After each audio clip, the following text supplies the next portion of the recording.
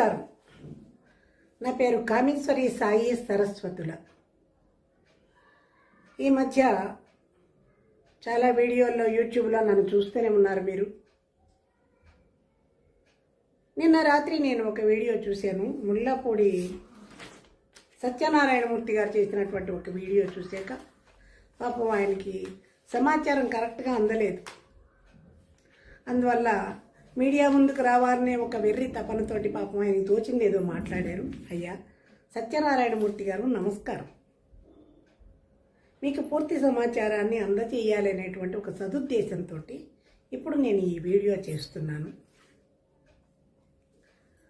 ఒక సంతోషంగా అయింది కొంతవరకు మీ వీడియో. ఎందుకంటే ఒకప్పటి నా గురువులను అందరినీ నాకు గుర్తు చేసుకొని సంతోషపడేటువంటి ఒక సంతోషాన్ని నాకు ఇచ్చారు.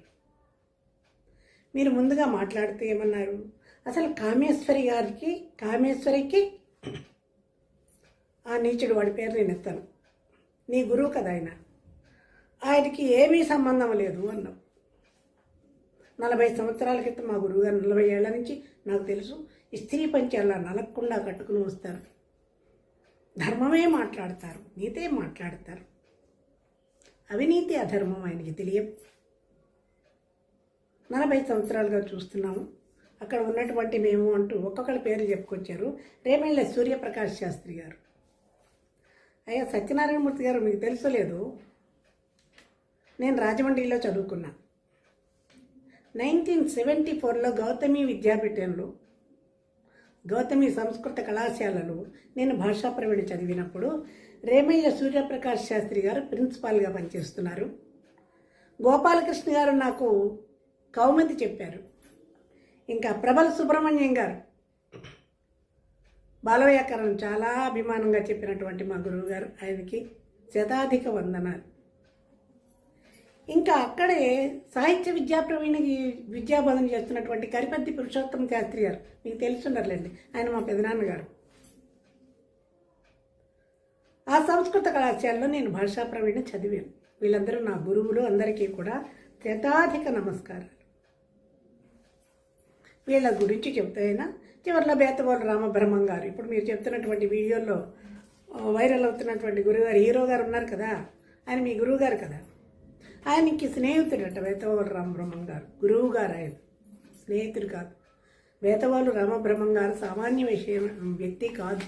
చేతులెత్తి నమస్కరించవలసినటువంటి సంస్కారం కలిగినటువంటి ఒక వ్యక్తి. నేను ఆయనకి చాలా గౌరవాన్ని ఇస్తాను.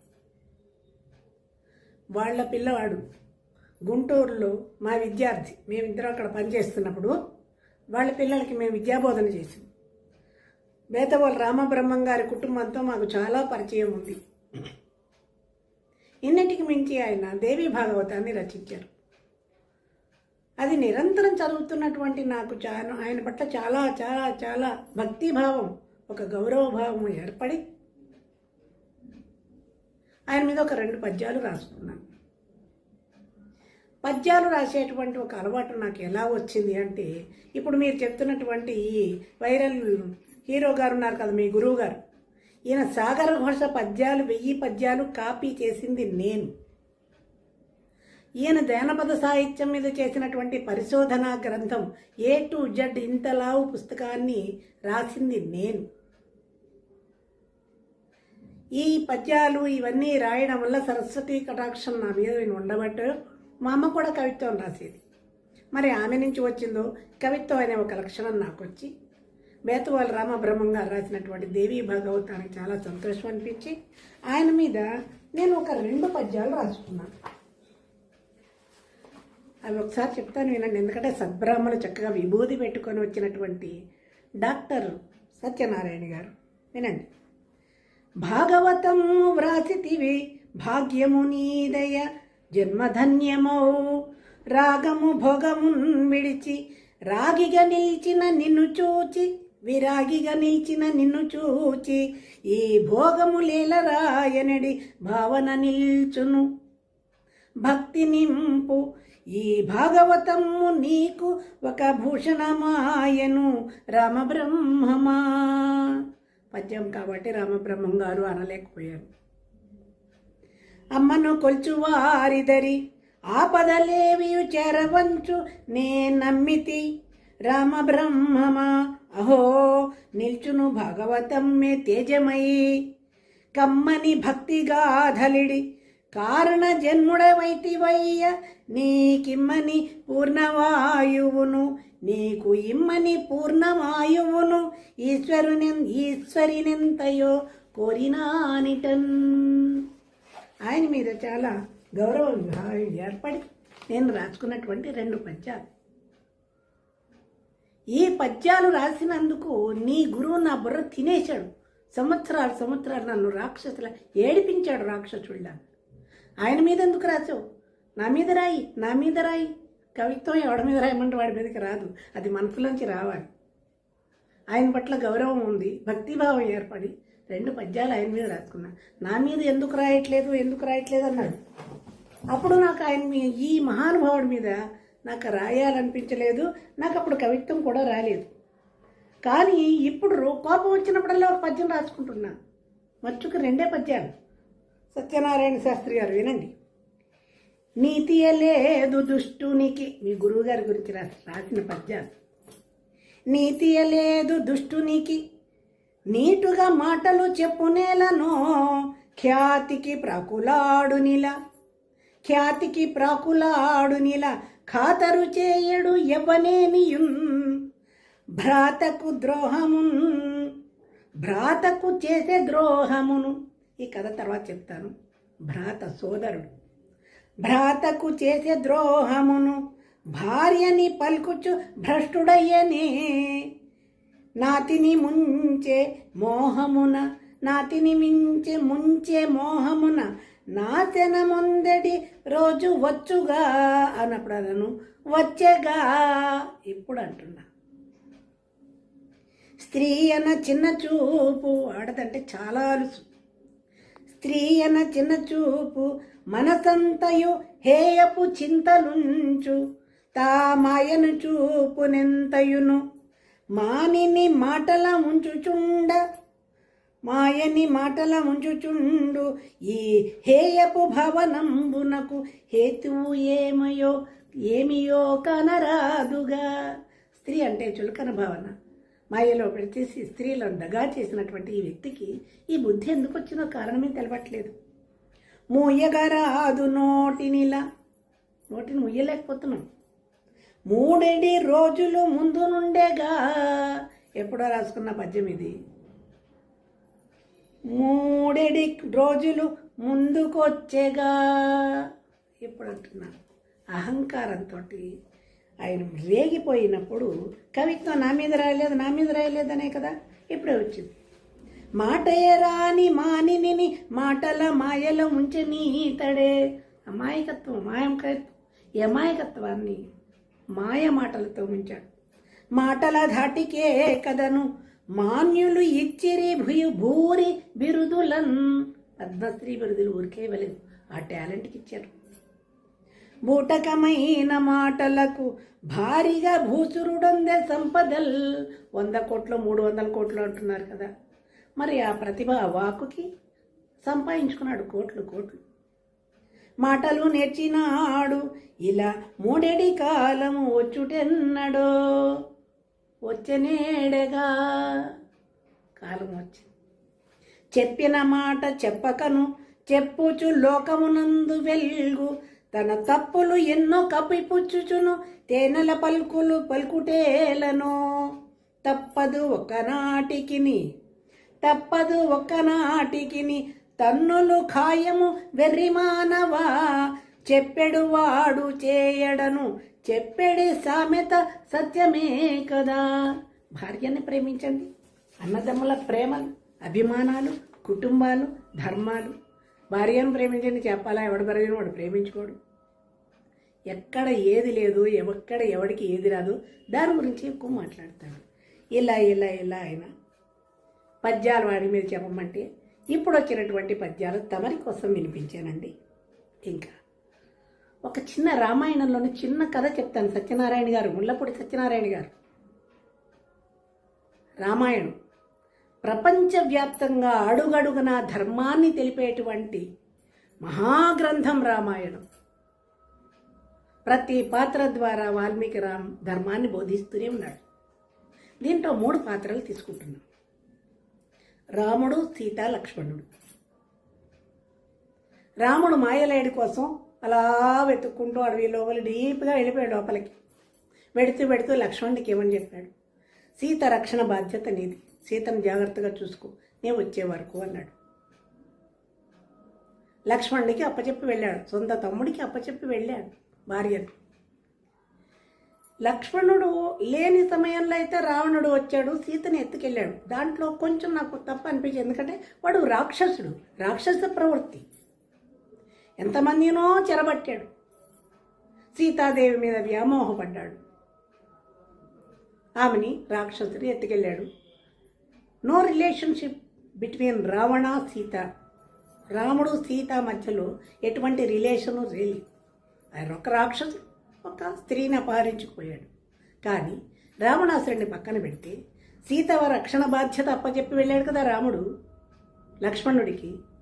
లక్ష్మణుడు రక్షించవలసింది పోయి సీతనే ఎత్తకపోతే. రామాయణం మీద నేను ఈ ఉదాహరణలు చెప్పకూడదు పాప, కానీ ప్రపంచానికి గతంలో వాల్మీకి సుగ్రీవుడు అని కథ చెప్తే అర్థం అవ్వాల, ఇప్పుడు అర్థమవుతుందని చెప్తున్నాను. ఇవాల్టి పాత్రధారి లక్ష్మణుడు మీ గురువు గారు. సీత ఈ వెర్రి సీత పాత్రధారి ఈమె. ఉద్యోగం కోసమని వెళ్ళిపోయే లేడీ ప్రస్తావన, రాముడు లేడీ కోసం వెళ్ళినట్లు ఉద్యోగం కోసం వెళ్ళాడు అన్న.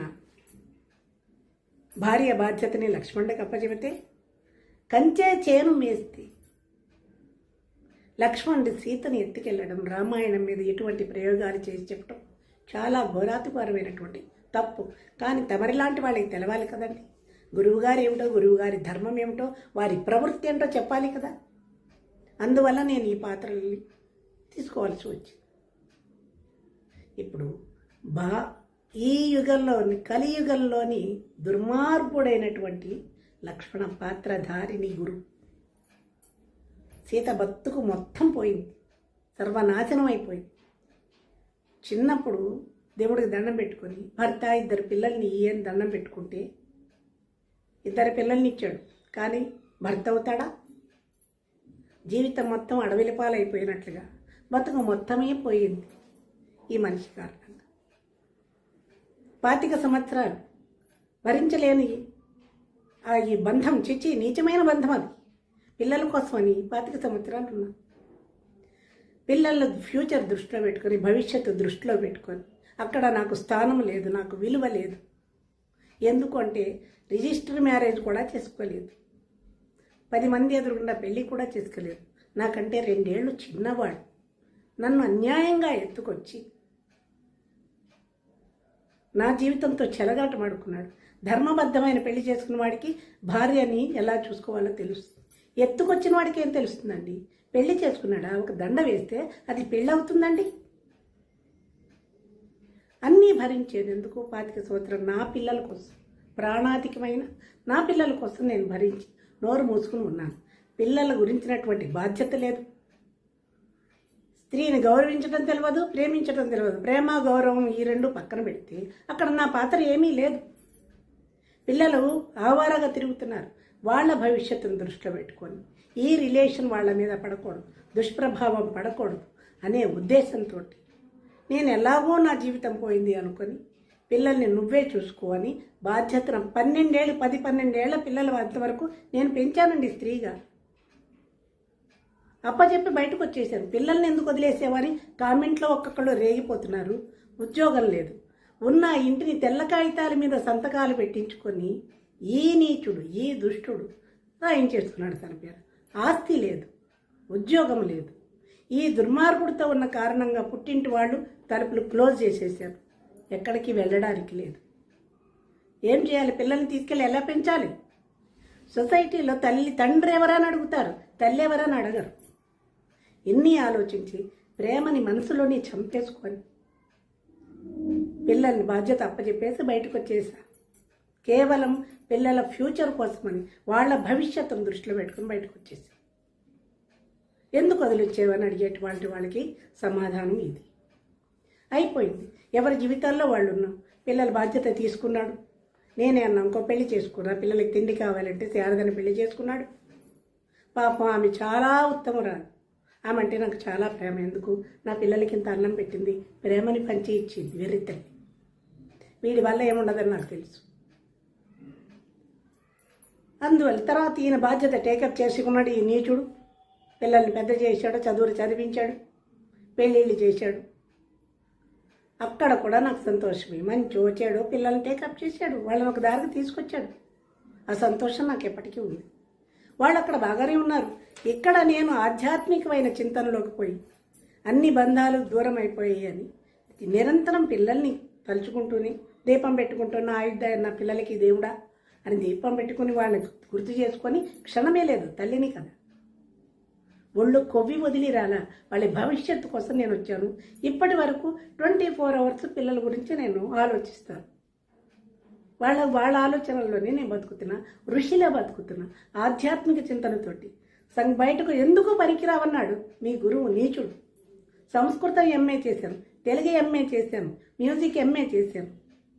ఇవాళ కళాశాలలో, ప్రైవేట్ కళాశాలలో సంస్కృతం లెక్చరర్గా పనిచేస్తున్నాను. బయటకు వచ్చేసాను 2001 23 ఆగస్టు 23 బయటకు వచ్చేసాను.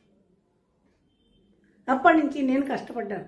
కొద్ది రోజులు తినడానికి తిండి లేక ఉపవాసాలు ఉన్నాను. నీళ్లు తాగి బతికాను. ఒంటరి ఆడది సొసైటీలో బతకడం ఎంత కష్టమో మీలాంటి మగాళ్ళకు తెలియదు. ఎన్నో కష్టాలు పడి భగవంతుడు నా పట్ల ఉన్నాడు కాబట్టి ఇవాళకి స్టాండ్ అయిపోయి బతుకుతున్నాను, ధైర్యంతో బతుకుతున్నాను. ఇటువంటి కామేశ్వరి గారికి ఆయనకి ఏమీ సంబంధం లేదు. 40 అంటే ఇప్పుడు 25 సంవత్సరాల తర్వాత ఈ విషయాలు ఎందుకు అని చాలామంది అడుగుతున్నారు. దానికి కారణం 10 నెలల క్రితం. ఇప్పటికీ ఆ పాండిత్యం మీద ఇప్పటికీ గౌరవమే నాకు. చిన్నప్పటి నుంచి చూసేది ఒక ఊరి వాళ్ళమండి. సత్యనారాయణ శాస్త్రి గారు పక్క ఇళ్ళ వాళ్ళం. మీకు 40 సంవత్సరాలుగా తెలుసు, 65 సంవత్సరాలుగా ఆ నీచుడు నాకు తెలుసు. పక్క ఇళ్ళ వాళ్ళం. అందరం కలిసి ఊళ్ళో పిల్లలు ఆడుకునేవాళ్ళం. అందరం కలిసి కెనడీ హై స్కూల్ కాశీపాడు అనే చోట చదువుకున్నాం. జీవితం మొత్తం వాళ్ళమ్మ వీడిని ఎత్తుకోవడం నాకు తెలుసు. చిన్నప్పటి నుంచి 18 పురాణాలు చదివినటువంటి పరాయి స్త్రీ తల్లితో సమానం అన్నటువంటి ఈ నీచుడు, ఈ దుర్మార్గుడు తల్లి వరసనే ఖూనీ చేశాడు. నిరంతరం తర్వాత జీవితంలోకి వచ్చాక 2 పిల్లల్ని నేను చూసుకుంటూ ఉంటే నిరంతరం 24 అవర్స్ పుస్తక పఠనంలో లీనమైపోయి తన భవిష్యత్తుకి బాటలు వేసుకుని ఎంత కష్టపడ్డాడో కళ్ళారో నేను చూశాను, నాకు తెలుసు. సరస్వతి కటాక్షం పరిపూర్ణంగా ఉన్నటువంటి వ్యక్తి కాబట్టి ఆ వాక్చాతుర్యంతో ప్రపంచాన్ని కట్టిపడేసి తన వైపు తిప్పుకోగలిగాడు. వృత్తి వేరు, ప్రవృత్తి వేరు. పాండిత్యాన్ని సంపాదించాడు, వాక్కులో సరస్వతిని పలికించాడు. కానీ నీచమైనటువంటి ప్రవృత్తితోటి దగా చేశాడు. జీవితం మొత్తం కోల్పోయిన నేను నోరు మూసుకుని ఎందుకున్నాను? పిల్లల కోసం ఆగాను. తర్వాత అర్థమైంది. తన భవిష్యత్తుకు నేను అడ్డొస్తున్నానని వెళ్ళిపో అన్నాడు. హింస పెట్టాడు. హింస అవి చెప్పే హింసలు కాదు. నేను అవన్నీ చెప్పదలుచుకోలేదు. పడి చివరికి ఆలోచించాను. ఇక్కడ నా ప్రమేయం ఏమీ లేదు. 10 సంవత్సరాలు 12 సంవత్సరాల పిల్లలిద్దరికి, గురుజాడకి 10 ఏళ్ళు, శ్రీశ్రీకి 12 ఏళ్ళు. రేపుని చంపుకొని బయటకు వచ్చా. ఇంకో పెళ్లి చేసుకున్నాను. శారదను చేసుకున్నాడు.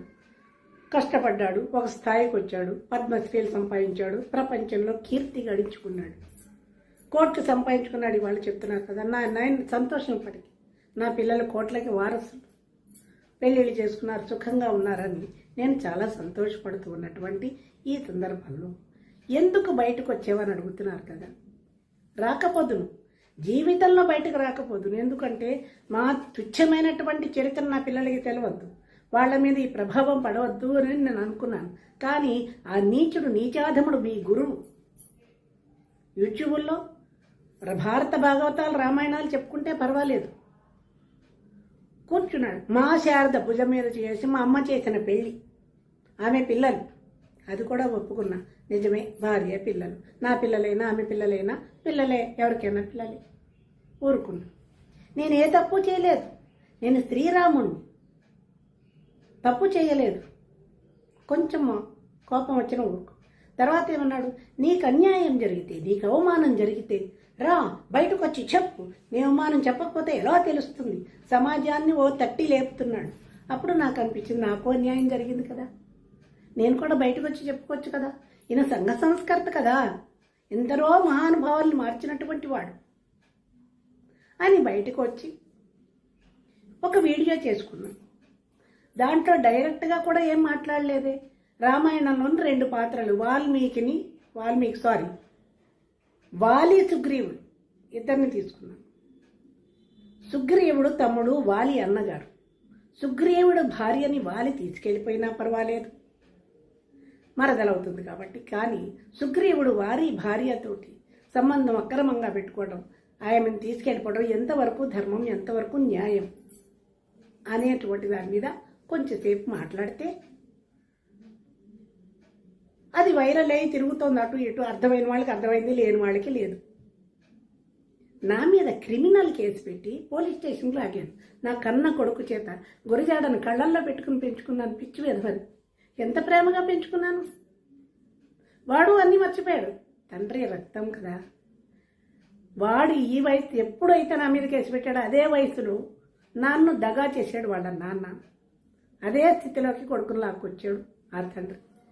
పిల్లల భవిష్యత్తు చూసి వాళ్ళని మంచిగా తీర్చిదిద్దవలసినటువంటి ఒక టీచర్ వన్స్ అపాన్ ఏ టైం కొడుకు చేత క్రిమినల్ కేసు కన్నతల మీద పెట్టిస్తాడండి. ముందే తెలివిగా నా చేత అమాయక తెల్ల కాగితాల మీద సంతకాలు పెట్టించుకుని నా పేరునున్న ఇల్లు లాగేశాడు. అదే తెల్ల కాగితాల మీద అడ్డం దొడ్డం రాయించి పిల్లాడి చేత క్రిమినల్ కేసు పెట్టించాడు. గత 10 నెలల క్రితం, ఇది 9 నెలల క్రితం. వీడియోలు తీసేయాలి, నా పరువు పోతుంది అంటే అదే మాటని ఆ కొడుకుని నా దగ్గరికి పంపించి వీడియో తీసేయమనరా, పరువు తీయొద్దనరా అని ఉంటే కొడుకు మీద ప్రేమతోటి తీసేద్దును కదా, నోరు మూసుకుని ఉందని కదా. మనిషికి పుట్టినప్పటి నుంచి అహంకారం. మీ గురువుగారికి చాలా అహంకారం, కుటుంబంలో అందరికీ అహంకారం. పొగరుతోటి క్రిమినల్ కేసా, నీతో పోతున్నాను రా అంటే క్రిమినల్ కేసు పెట్టాడు. అప్పుడు విడాకులు పెట్టి పెళ్ళే లేదు, విడాకులు. ఇప్పుడు మళ్ళీ గతంలో ఆ రాముడితోటి నేను ఉన్న రోజుల్లో నాకు చెప్పకుండా 1 డేలో విడాకులు ఇప్పించినటువంటి దుష్ట నీచ నికృష్ట మానవుడు నీ గురువు. పచ్చటి సంసారం, సుఖంగా బతుకుతున్నాను. నలుగురు అన్నదమ్ములు, వీళ్ళ పెద్దన్నయ్య, వీళ్ళ మామయ్య, కట్టుకున్న భర్త గరికిపాటి వెంకటేశ్వరుడు నా భర్త పేరు. అందమైన వాడు, అందమైన జీవితం, సుఖంగా బతుకుతున్నాం. వీడు ఎందుకు వచ్చినట్లు నా జీవితంలోకి? వాడు అంతా అసమర్థుడయ్యాడు నా భర్త. నలుగురు కూర్చుని అత్తవారి తరపు వాళ్ళు కాగితాల మీద సంతకాలు పెట్టించి నీకు విడాకులైపోయి అంటాడా వీడు? అందరికంటే చిన్నవాడు. వాళ్ళందరి నోరు ఏమని మోయించాడు నా ప్రమేయం లేకుండా? మా నాన్న కాళ్ళు కడిగి కన్యాదానం చేశాడే. పుట్టింటి వాళ్ళకి పోని మీ అమ్మాయి సరిగా లేదనో విడాకులు కోరుతుందని ఆయనకి ఇన్ఫర్మేషన్ ఇవ్వాలి కదా. మా నాన్నకి చెప్పలేదు, అన్నదమ్ములకి చెప్పలేదు, పుట్టింటి వాళ్ళకి చెప్పకుండా ఒక విజయవాడలో ఒక రూమ్లో కూర్చోబెట్టి పెట్టని బలవంతంగా సంతకాలు పెట్టించి తర్వాత ఇదిగో నీకు విడాకులు అయిపోయి కాగితాలు ఇవ్వని చూపిస్తాడా ఈ నీచుడు? పచ్చని సంసారం కూల్చి ఆ రోజు నేను పెట్టిన శాపాలే ఇవాళ వీడియోలు. వారం రోజులుగా వీడిని ఉతికి ఆరేస్తున్నారు. వీడి దరిద్రాన్ని బయటకు లాగారు. విత్తనం నాటినాడే మొక్క వచ్చి ఫలాలు పుష్పాలు రావు. 40 సంవత్సరాల క్రితం చేసినటువంటి ద్రోహం ఇవాళ ఈ అహంకారాన్ని దెబ్బ కొడుతుంది. అప్పుడు విడాకులు ఇప్పించాడు. విడాకులు కాగితాలు నాకేమి ఇవ్వలేదు. పోనీ విడాకులు తీసుకుంటే వాళ్ళకున్న ఆస్తుల భరణం స్త్రీకి ఇస్తారు, అది తెలియదు. వెర్రిదాన్ని నేను. తర్వాత నీతో పడట్లేదు వెళ్ళిపోతున్నానంటే క్రిమినల్ కేసు పెట్టాడు. లాయర్ దగ్గర 3 లక్షలు అడిగాను. 3 లక్షలు పెట్టి ఫోర్జరీ చేసి లాగేశాడు ఈ నీచ నికృష్ట నీ గురువు. ధనం లాగేశాడు. నా కుటుంబం బాగా డబ్బులున్నటువంటి ధనం ఉన్న కుటుంబం అని మా అమ్మ వెర్రిదయ్యి ఇన్ని నగలు వేస్తారు, సుఖపడతాను అని ఆ ఇంట్లోకి అత్తగారింటికి పంపించింది. మా అమ్మ పిచ్చిదయ్యి బతుకు బండలైంది. అప్పుడు క్రిమినల్ కేసా? వాలి సుగ్రీవుల కథలు చెప్పినందుకు క్రిమినల్కి ఇస్తారు. ఏం చేశానండి? క్రిమినల్ వాడా నేనా? కుటుంబంలోంచి దగా చేసి నన్ను ఎత్తుకొచ్చిన వాడు క్రిమినల్. నాకు తెలియకుండా నా ఆస్తి తెల్ల కాగితాల మీద సంతకాలు పెట్టించిన వాడు క్రిమినల్. ఒక్క రోజులో విడాకులు ఇప్పించి నా బతుకును బండన చేసిన వాడు క్రిమినల్. ఇన్ని పెట్టి క్రిమినల్ కేసు నా కన్న కొడుకు చేత నా మీద పెట్టిస్తారా? 60 సంవత్సరాలు వచ్చి 25 సంవత్సరాలుగా నా కష్టంలో నేను బతుకుతున్నాను. ఎవరి జోలికి రాలేదు, ఎవరి ఎండ లేదు, పుట్టింటి అడ్డ లేదు, ఎవరి ఎండ లేదు. ఒక్కదాన్ని హైదరాబాద్లో రోడ్ల మీద పరిగెత్తించారు. వయసులో ఉన్న నన్ను ఎన్ని కష్టాలు పడ్డాను. భగవంతుడు అనేవాడు నా వెనకాల ఉండబట్టి ఇవాళ నేను మనిషిలా నిలబడ్డాను ఇక్కడ. అటువంటి నా మీద క్రిమినల్ కేసులు పెడితే మనసు బాధపడింది. పోలీస్ స్టేషన్ పంపిస్తారని నన్ను గౌరవనీయమైన కుటుంబంలో పుట్టి పెరిగాను నేను. 60 సంవత్సరాలు వచ్చి నన్ను పోలీస్ స్టేషన్కి తీసుకెళ్ళి పోలీస్ స్టేషన్లో పెట్టిస్తాడా? అయిపోయిన కాలం అయిపోయిందిలే అనుకున్నాను. బయటకు వచ్చాను, వీడియోలు తీయించేస్తాను. పుట్టింటి పేరుతోటి నేను వీడియోలు చేసుకుంటూ ఇంత ప్రేమగా పెంచిన నా గురజాడ నా మీద ఇటువంటి కేసు పెట్టాడని బాధతోటి 2 వీడియోలు చేసుకున్నాను 9 నెలల క్రితం. ఆ 9 నెలల దాంట్లో నేను బ్లేమ్ చేస్తున్నాను. నేను ఏడ్చుకుంటూ నా దురదృష్టం కోల్పోయాను పిల్లల్ని, నా బతికిలా అయిపోయింది.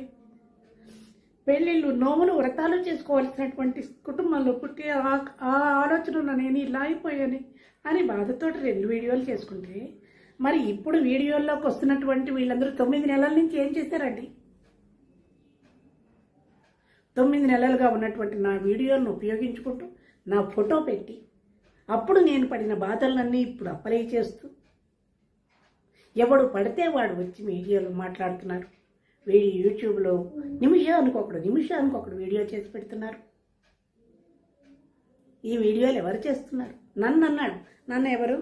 సత్యనారాయణమూర్తి గారు తమరు నిన్న ఇంటర్వ్యూలో ఇంతకాలానికి 10 ఏళ్లకి పిల్లలు గుర్తుకొచ్చారా అని ఆయన 100 కోట్లు 300 కోట్లు సంపాదించాడు కాబట్టి ధనం కోసం వచ్చానని తమరే అంటున్నారు యాంకర్ తోటి.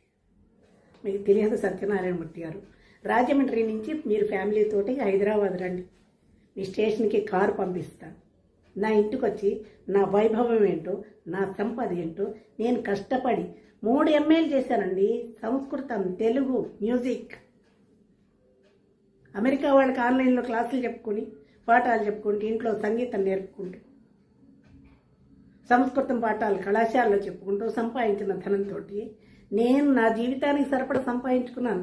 నా వైభవం చూడాలంటే రండి హైదరాబాద్, వారం రోజులు చక్కటి ఆతిథ్యం మంచిగా వండి పెడతాను. రండి సత్యనారాయణమూర్తి గారు, మీలాంటి వాళ్ళు మీడియా ముందుకు వచ్చి అవాకులు చెవాకులు పీలేటువంటి వాళ్ళు చూడాలి. ఒక్కళ్ళైనా నా బతుకు చూడాలి. డబ్బులు ఆశించి నేను చేస్తున్నాను వీడియోలు. 25 సంవత్సరాల తర్వాత నీ పిల్లలు గుర్తుకొచ్చారా? అసలు హూ ఆర్ యూ? మీరెవరండి నా గురించి నా పిల్లల గురించి అడగడానికి? వాళ్ళు నా పిల్లలు, ఎక్కడున్నా నా పిల్లలే. నా జీవితం మొత్తం ఆ ప్రేమకే అంకితం. నా పిల్లల గురించి నేను ఆలోచించుకోగలను. 25 సంవత్సరాల తర్వాత నా పిల్లలు కావాలని నేను అడగలేదే. వాళ్ళు రావాల్సిన అవసరం లేదు. ఎక్కడో అక్కడ సుఖంగా ఉండాలనుకున్నాను, ఉంటున్నారు. వాళ్ళ జీవితంలో దగా చేసిన వాడు మాట్లాడట్లేదు, బాగానే ఉన్నాడు. దగా పడిన నేను కూడా బాగానే ఉన్నాను, మాట్లాడట్లేదు. మధ్యలో మీరందరూ రేగిపోతున్నారు ఎందుకండి? మరి 9 నెలల క్రితం చేసినటువంటి వీడియోల్ని ఇప్పుడు ఎందుకు లాగుతున్నారు? 9 నెలలు ఏం చేశారు? డబ్బు కోసం నేను ఎప్పుడైనా డబ్బు కావాలని, పిల్లలు కావాలని కానీ వాడి ధనం గురించి ఏమన్నా మాట్లాడిన వీడియోలు ఏమన్నా ఉన్నాయో చూపించండి. నా కళ్ళ ముందు పెరిగినవాడు, నాకంటే 2 ఏళ్ల చిన్నవాడు, నన్ను దగా చేశాడు అనే ఒక్క చెడు తప్పితే కష్టపడ్డాడు, ప్రతిభ ఉంది, ప్రపంచాన్ని ఏలుతున్నాడు. అన్ని వీడియోలు చూస్తాను, సంతోషపడతాను. పోయిన జీవితం ఏదో పోయిందిలే, అయిపోయింది. నా పిల్లలు ఫారెన్లో ఉన్నారనుకుంటాను, వాళ్ళు వీడియోల్లో చూస్తున్నట్టుగా నేను కూడా వీడియోల్లో నా పిల్లల్ని చూసుకుంటున్నాను, నా కుటుంబాన్ని చూసుకుంటున్నాను. నేను ఒక ఋషిలాగా ఆధ్యాత్మికమైనటువంటి దృష్టిలో నేను భగవంతుడు సేవ చేసుకుంటూ బతుకుతున్నాను. పిల్లలకి సంగీతం నేర్పుకుంటాను, సంస్కృతం నేర్పుకుంటూ బతుకుతున్నాను. 9 నెలల క్రితం చేసినటువంటి నా వీడియోలను ఇప్పుడు లాగి నా ఫోటో పెడుతున్నారు. నేను అప్పుడు పడిన పిల్లల కోసం బాధపడినటువంటి నా కడుపులో మంటతోటి నేను ఏదో చేసుకున్నవన్నీ పెట్టి నీకేం కావాలమ్మా? ఒక్క కూడా పొద్దున ఫోన్ చేస్తున్నాడు, నిన్న కూడా ఫోన్ చేశాడు. ఈ పోరాటం దేనికి? ఎవడు పోరాడాడయ్యా? పోరాడి డబ్బులు అడుగునేంత దుస్థితిలో నేను ఆత్మవిశ్వాసం ఉన్న ఆడదాను. ఎప్పుడైతే బయటకు వచ్చానో అప్పుడు భగవంతుడు నా వెనకాలే ఉన్నాడు. ఆత్మవిశ్వాసంతో నేను చదువుకున్నాను, సంపాదించుకుంటున్నాను. నీలాంటి వాళ్ళకి సంవత్సరం ఆతిథ్యం ఇవ్వగలిగే శక్తి కలిగిన దాన్ని నేను. ఆ ధనం ఒక్క పైసా నాకు అవసరం లేదు. పిల్లలు రావాలని అనుకోవట్లేదు, వాళ్ళు అక్కడ ఉన్నారు, హాయిగా ఉన్నారు, ఉంటారు. నా వెనకాల భగవంతుడు ఉన్నాడు. నారు పోసిన వాడే నీరు పోస్తాడు, పుట్టించిన వాడే తీసుకెళ్తాడు. వేల మంది శిష్యులు ఉన్నారు, వెల్ విషర్స్ ఉన్నారు. నీచంగా వీడియోలు చేయవలసిన అవసరం నాకు లేదు. ఈ వీడియోలు ఎవరు చేస్తున్నారో కనుక్కోమని మీ గురువు గారికి చెప్పు. అహంకారంతో రేగిపోతున్నాడు కదా, ఇష్టం వచ్చినట్టు మాట్లాడుతున్నాడు నా మీద. మరి కేవలం సుగ్రీవుడు భార్య వాలి అని చెప్పిన దానికే క్రిమినల్ కేసు పెట్టాడు. పేరు పెట్టి నిన్ను ఉతికేస్తున్నారే, మరి వీళ్ళ మీద పెట్టమని క్రిమినల్ కేసులు ఉన్నాయి కదా, కోట్లు. ఆడది లోకువా నా మీద క్రిమినల్ కేసు పెడతావు? వీళ్ళని ఎవరిని ఎందుకు పెట్టట్లా? నోరు మూసుకుని ఇంట్లో ఎందుకు కూర్చున్నావు?